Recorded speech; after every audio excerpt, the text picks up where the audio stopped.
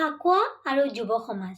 আজি ভাবিলোঁ ফাকুৱাৰ লগত সংগতি ৰাখি নিজৰ কিছু মনোভাৱ প্ৰকাশ কৰোঁ। মই এজনী মাতৃ, এজনী পত্নী, এজনী প্ৰেমিকা, এজনী ছোৱালী ভণ্টি হৈ কিছু মনোভাৱ আজি ব্যক্ত কৰিম। ফাকুৱা হ'ল ৰঙৰ উৎসৱ। সেই ৰঙে যাতে সকলোৰে জীৱন ৰঙিয়াই তোলক তাৰ বাবে আমি এই উৎসৱ পালন কৰোঁ।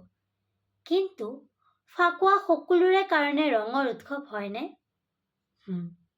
কি ভাবিছে মই কিয় প্ৰশ্ন কৰিলোঁ?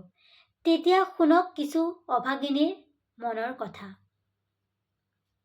এই যে এটা ডাঙৰ উৎসৱত এচাম যুৱ সমাজে নেশাজাতীয় বস্তু সেৱন কৰি সেই দিনটোত বিশৃংখলতাৰ সৃষ্টি কৰে, তেনেকুৱা যুৱ সমাজলৈ মোৰ এক আকাশৰ সমান ঘৃণা, যিয়ে নিজৰ ধৰ্মক নিঃস্ব কৰি তোলে এইবোৰ সেৱন কৰি।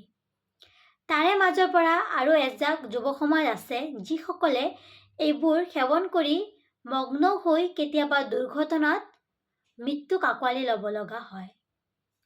সেই ঘৰখনৰ মাতৃ, পত্নী, প্ৰেমিকা, ভণ্টি, ছোৱালী হিচাপে নিজক সেই ঠাইত ৰাখিলে আমি গম পাম যে সেয়া সঁচাকৈয়ে ৰঙৰ উৎসৱ হৈ আছেনে?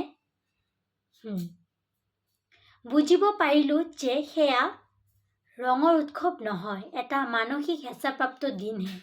সেইবাবে মোৰ ফালৰ পৰা যুৱ সমাজত বিনম্ৰ অনুৰোধ, ফাকুৱাৰ উৎসৱ যাতে ৰঙৰ উৎসৱ হৈয়ে থাকে, তাৰ কাৰণে আপোনালোকে নেশাজাতীয় বস্তু সেৱন নকৰি সেই দিনটো পৰিয়ালৰ লগত কটাই মধুৰ কৰি ৰঙীন কৰি তোলক আপোনাৰ সেই জীৱন। ধন্যবাদ।